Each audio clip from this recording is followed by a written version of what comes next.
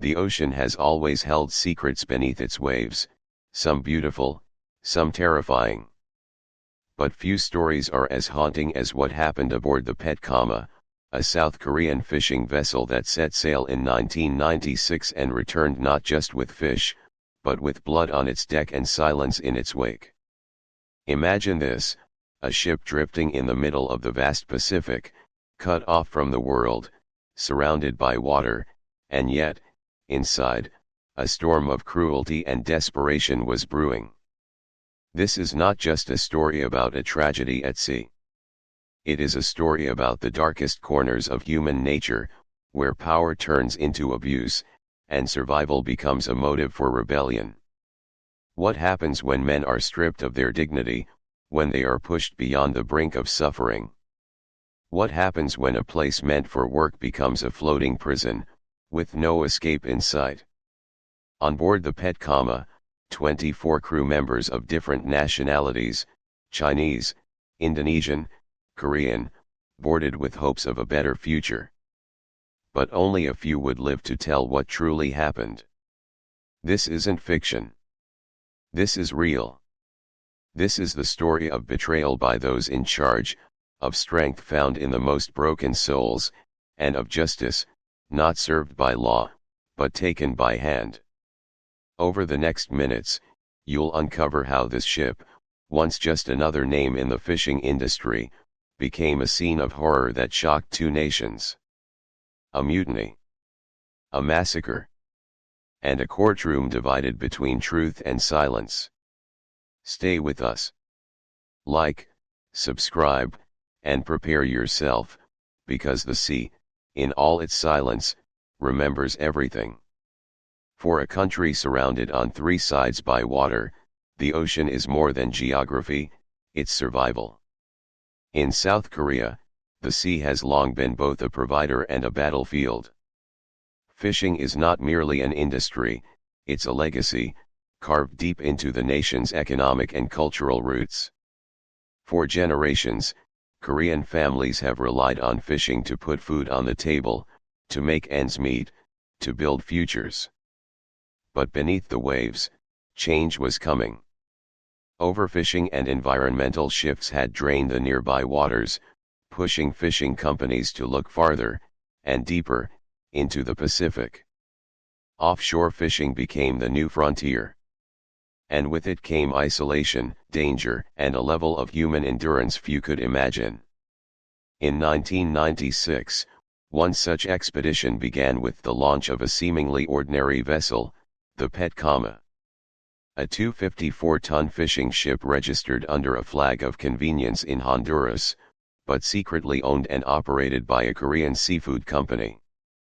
Its destination was the Phoenix Islands, remote, beautiful, and brimming with marine life. But this was no vacation. This was a high-risk, high-reward mission meant to last 2 grueling years at sea. The Pescama's structure was basic, a cramped engine room below deck, shared living quarters in the middle, and management cabins up top. But the real complexity was in its crew. The company needed manpower, lots of it, and cheap. So they turned to foreign workers, recruiting from China and Indonesia.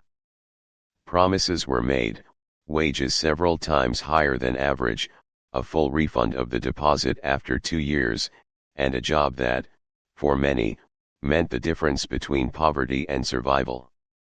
Out of 24 total crew members, only 7 were Korean, all of them holding positions of authority.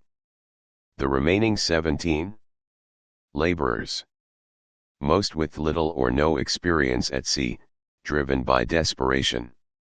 Among them was a man known simply as the one from the base, a former soldier turned schoolteacher who had seen hardship, and now sought hope in the open waters. Alongside him were men who had left behind families, debts, and dreams, all packed into a vessel bound for the unknown. What they didn't know was that their greatest threat would not be the waves, but the people standing beside them. The Pescama was more than just steel and salt, it was a pressure cooker of hierarchy, ambition, and unspoken tension. At the top of the chain stood Captain Choi Ki-chul, a man not easily forgotten. In his 30s but already hardened by years at sea, Choi carried a reputation with him, one marked not by leadership, but fear.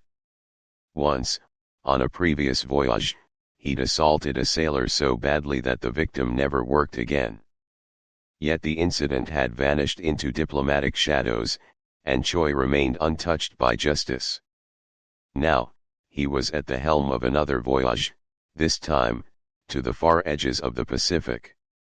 Beside him stood manager Kang In-ho, towering in size and equally in temper.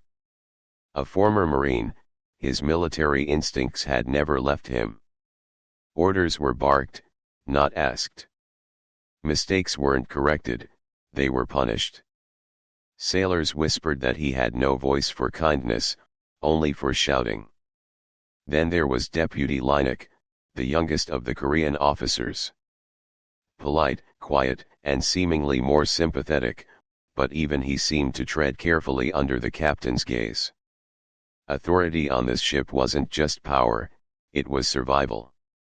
Below the chain of command were the foreign sailors, mostly Chinese and Indonesian men who had answered the call of higher wages and better futures. Among them, one man stood out, the one they called the one from the base. He wasn't a typical sailor. A former soldier, a village schoolteacher, a father of 3. His name was Quian. His mother had fallen ill, his income had dried up, and his hope rested entirely on this voyage. The promise of earning 1,500 yuan a month, far beyond his teaching salary, was too great to ignore. Like many others, he paid a deposit to secure his place, believing it would be returned after 2 years of loyal service. Around Quian were other dreamers, young men who had never tasted salt air, who left behind wives with unborn children, or parents counting on their pay. None of them knew how to tie a fishing knot. Few had ever seen the open ocean. But all of them carried a fragile belief, that hard work would be rewarded, that endurance would be enough. What they didn't realize was that this ship was not a vessel of opportunity. It was a floating hierarchy, one that didn't treat everyone as equal. And as Pescama left the shore behind, so too did these men leave behind their safety, their assumptions, and perhaps, their future. The day the Pescama pulled away from the Korean port, no one on board cheered. There were no waving flags, no promises shouted across the waves. Only silence and perhaps a quiet sense of unease that settled like mist on the early morning sea. It was June 1996, and 24 men from 3 different countries were now sealed together by steel walls and company contracts, bound for a mission that none truly understood. The ship cut through the Pacific like a blade, but within its metal hull, things began to unravel almost immediately. The ocean is a cruel teacher, and for most of the crew, this was their first lesson. Seasickness hit like a storm. Men staggered, collapsed, and clung to corners of the ship, their bodies rejecting every movement of the waves. The cramped living quarters offered little comfort. Rest was impossible, sleep a luxury. The smell of diesel, sweat, and nausea clung to everything. The ship wasn't just moving, it was punishing them for being on it. But physical discomfort was only the surface. Beneath it lay the deeper struggle, the cultural divide. The Korean officers spoke in commands, sharp and clipped. The Chinese and Indonesian crew stumbled to understand, their confusion met not with patience, but with scorn. There were no translators. No training. No orientation. Only expectations and punishment when those expectations weren't met. Orders were barked in a language they didn't speak. Mistakes were inevitable. And those mistakes became justification for what came next. Manager Kang In-ho watched with cold detachment as foreign crew members fumbled their first tasks. A dropped rope. A hook tied too loosely. a simple delay in responding to a shout. These weren't just errors, they were treated as defiance. And in this rigid, unwritten code of hierarchy, defiance was not tolerated. The sea hadn't even grown rough yet. The storm wasn't in the sky, it was walking the deck in black boots and a permanent sneer. The foreign sailors began to realize something none of them had been warned about. On this ship, they weren't just workers. They were expendable. And no one was coming to save them. As the days blurred into each other, the sea was no longer the crew's greatest enemy. It was the hands and words of the men who were supposed to lead them. What began as harsh training quickly rotted into cruelty. Foreign sailors were lined up like children on a playground, not to be taught, but to be corrected with fists. When a knot wasn't tied tightly enough or a hook placed too slowly, punishment came not as instruction, but as impact. The deck of the Pescama became a stage for humiliation. Manager Kang In-ho's voice was constant, loud, crude, and cutting. He spoke in Korean, knowing many wouldn't understand the words, but understanding wasn't necessary. His tone said it all. Every misstep was met with curses, every hesitation punished by kicks, slaps, and blows. Some sailors tried to joke, hoping to soften the atmosphere. Others tried flattery, complimenting the captain's skill, laughing at his jokes. It earned them momentary mercy, but never respect. The only reward was being overlooked when the rage came. Li Xiancheng wasn't one to flatter. A Chinese sailor with quiet dignity, he had a child on the way and a sense of pride that didn't bend easily. When Kang mocked him, asking where his unborn child came from, implying betrayal, filth, shame, Li didn't laugh. He simply answered, honestly and simply, and that only made things worse. Kang sneered, patted his head like a dog, and walked away smirking, leaving behind a silence heavier than steel. Li became a symbol not of rebellion, but of quiet defiance. And the managers noticed. The more he endured without reaction, the more they tried to break him. He was beaten more often, insulted more viciously, targeted more precisely. Others began to watch him, torn between admiration and fear. They saw in him the line that, once crossed, might shatter something beyond repair.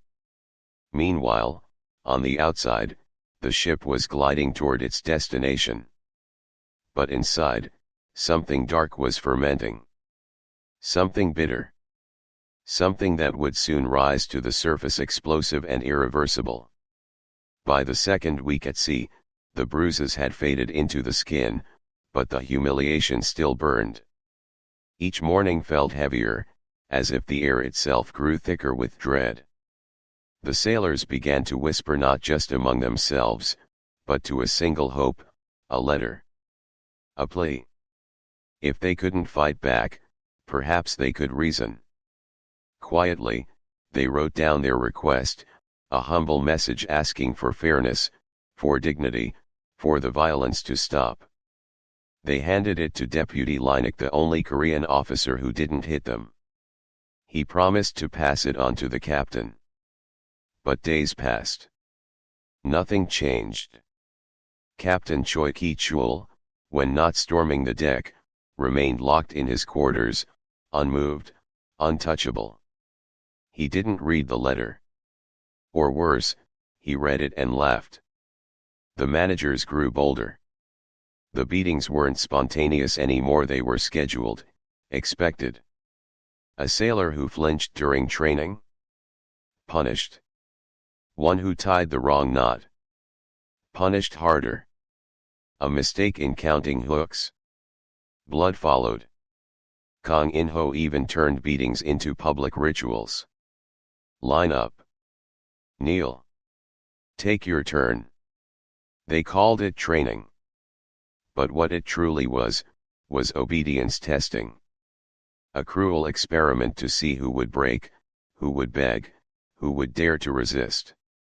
The tests weren't just physical, they cut deep into the soul. Some sailors stopped speaking. Some stopped sleeping. They moved like ghosts across the deck, hollowed out from inside. And then there were the nights.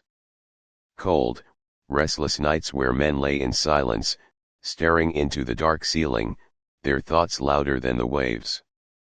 Each one carried the same question: how much longer can I take this? The bruises would fade. But what about the things they couldn't see? The fear. The shame. The feeling of being less than human. Li Xiancheng, once quietly strong, now slept beside the cold storage deliberately placed there as punishment.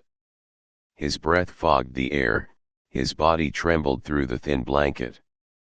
No one spoke of it, but everyone noticed. The line had been crossed long ago. Now they were waiting, watching for the spark. Because when people are treated like animals for long enough, they forget how to obey. And soon, someone was going to bite back. It happened at night, the way storms often do, quiet at first, then merciless. The air was thick with salt and tension.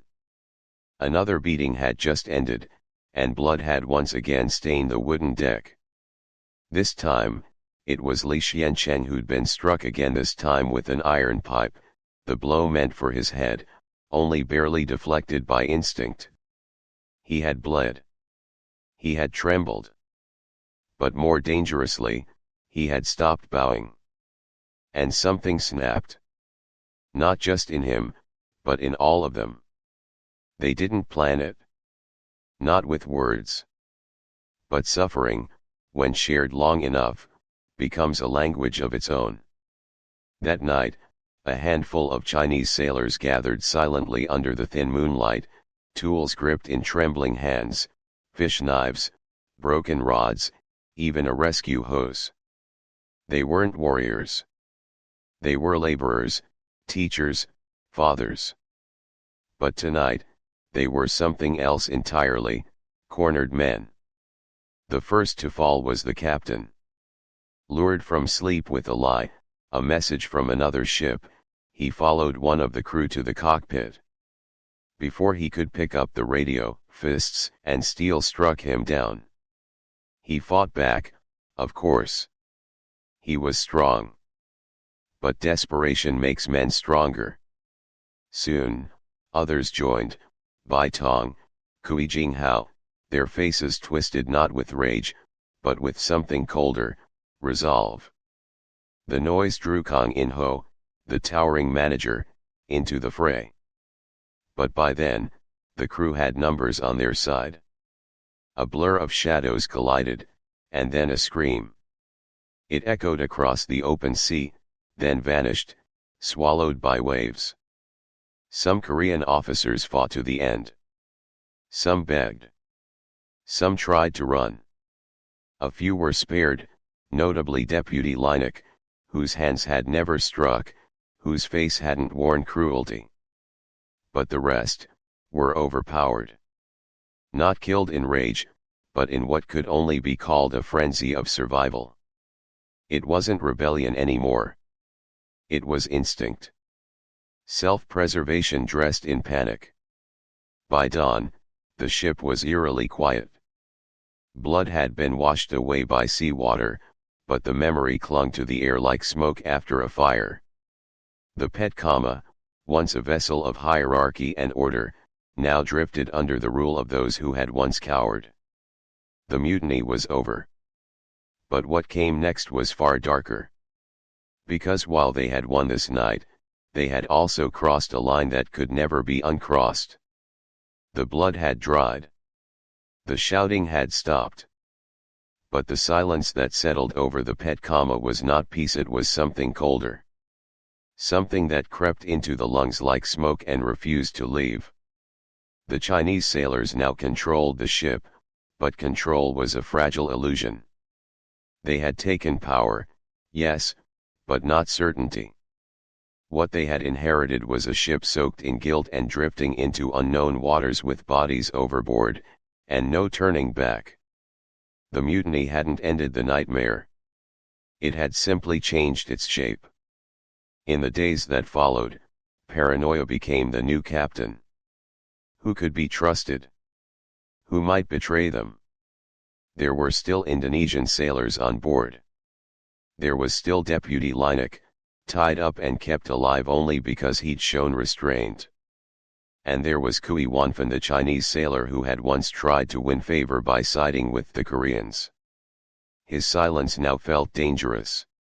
To the survivors, silence wasn't just suspicious. It was a threat. So they acted. Some were locked inside the cold storage chamber, an industrial freezer meant for fish, now a prison for flesh and fear. The temperature dropped to near freezing. The sound of fists pounding against metal echoed through the corridors at night. No one spoke of it. No one dared. And when days passed and the pounding stopped, no one asked questions. Others Indonesians who had seen too much were simply thrown overboard, swallowed by the same sea they had crossed their hopes with. The sea gave them no answers. Only more questions. What now? They had committed the unthinkable. Returning to South Korea was impossible. Turning around meant justice, trials, and death. They needed an escape. Japan became the new dream, a place close enough to reach, far enough to maybe hide. They ordered Linek to change course. They destroyed the ship's communication systems, cutting off all ties with the outside world. If they were going down, it would be on their terms. But beneath every plan was a pulse of fear. Sleep was rare. Eyes watched each other with suspicion. Trust, once lost, was impossible to rebuild. They weren't just fugitives now. They were men haunted by what they had done and terrified of what they might still do to survive. The plan had always depended on silence, on fear thick enough to keep mouths closed and hands steady. But silence, like a hull under pressure, can only hold for so long. Deputy Linek, the Korean officer who had been spared, had been watching. Waiting. And when the Pescama neared the waters off Minami Torishima Island, its engines coughing from fuel problems and its hull listing under the weight of secrets, he saw his moment. He slipped away, unnoticed amid the chaos of a tilting deck. He jumped into the sea, swimming not for survival, but for exposure. Minutes later, a Japanese fishing vessel spotted him, pulling his half-frozen body from the water. And with chattering teeth and shaking hands, Linek told them everything. Not just about the mutiny. About the months of beatings, the screams, the bodies tossed like trash into the sea. He didn't protect anyone. He didn't romanticize it. He gave names, numbers, dates. The truth, as he saw it. Soon after, the Japanese Coast Guard intercepted the Pescama. Armed boats, loudspeakers, and questions the crew had no good answers for. There was no fight left in them. They were exhausted, starved, shivering not just from cold, but from the weight of what they carried. 6 Chinese sailors were arrested. Their hands weren't just tied with rope, they were shackled by everything they'd lived through. And then, the story exploded. Headlines screamed across South Korea, "Murder on the high seas, Chinese crew slaughters Korean officers, floating hell in the Pacific." The public was outraged. Pictures of the victims' captains and managers circulated with tearful tributes. But there were no images of bruises on the hands that had been beaten, no records of the days without sleep, of the freezer-turned prison. The nuance drowned in noise. The world wanted villains. The headlines provided them. Yet somewhere, hidden beneath layers of official reports and courtroom statements, the truth remained murky. The men who had suffered became the same men who took lives. Victims became killers. Killers became defendants. And justice, if that's what you could call it, stood with its eyes half open, pretending not to notice what had happened before the first drop of blood was ever spilled. When the 6 Chinese sailors stood in court, they weren't seen as men. They were seen as monsters. The courtroom in Busan was packed: reporters, families of the victims, angry citizens demanding justice. The charges were clear: murder, destruction of property, concealment of corpses. The evidence: a ship full of bloodstains, missing officers, and 6 men who had confessed not to guilt, but to something far more complicated: survival. Their voices were soft when they spoke. They told stories of violence long before the first Korean died. Of being struck, humiliated, denied food and rest. They spoke of cold nights by the freezer, of beatings that came without warning, of dignity stripped with each passing day. They weren't saints. But they weren't silent anymore. Yet their words fell into the void. The court listened, but it did not hear. Most of the public had already made up its mind. To them, the sailors had not just killed, they had betrayed. They had taken Korean lives. Nationalism flared like wildfire. The possibility that the real story might be more complicated, more uncomfortable, was not something people wanted to hear. 5 of the 6 were sentenced to death. One had his sentence reduced, only because he had spoken less, acted later. Appeals were filed. Lawyers braver than most stood up for them. One Korean attorney, Moon Ra, faced backlash for daring to defend murderers. But he believed the case exposed something deeper than bloodshed. He called it a mirror, one that showed the cruelty of a labor system that fed off desperation, that treated foreign workers as expendable tools. Still, justice stayed blind in the worst way. The appeals dragged on. The death sentences were upheld. Later, one would be quietly commuted to life in prison. But by then, the story had faded from the headlines. The public had moved on. The Pescama became a footnote. And the lessons, if there were any, remained buried beneath layers of silence and shame. This case wasn't just about murder. It was about what happens when humanity is stripped away, layer by layer, until all that's left is survival at any cost. It was about power: who holds it, who abuses it, and who gets to walk away clean. The Pescama tragedy was never just about a mutiny. It was about something far deeper. Yes, people died, some brutally, some in panic, some perhaps unjustly. But before the blood, before the iron pipes and knives, came something even more dangerous: dehumanization.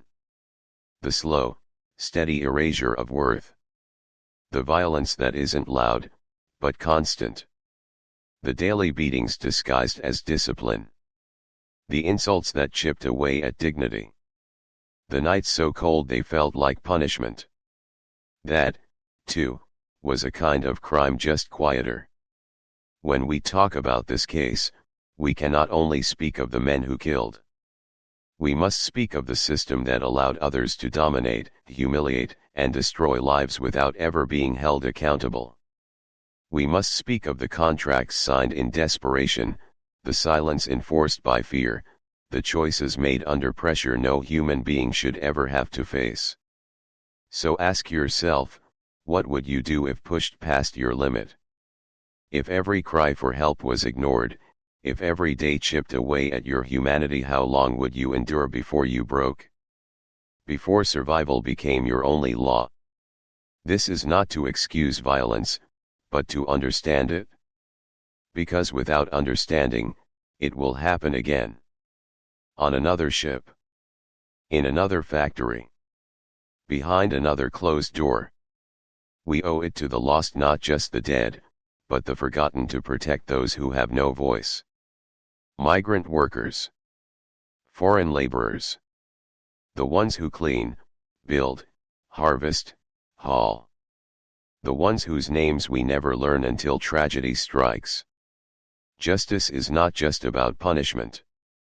It is about protection, compassion, decency, and sometimes, the courage to question the system itself. Because in the end, some crimes don't happen with weapons. They happen with silence. With looking away. With accepting the unacceptable. Let's not look away anymore.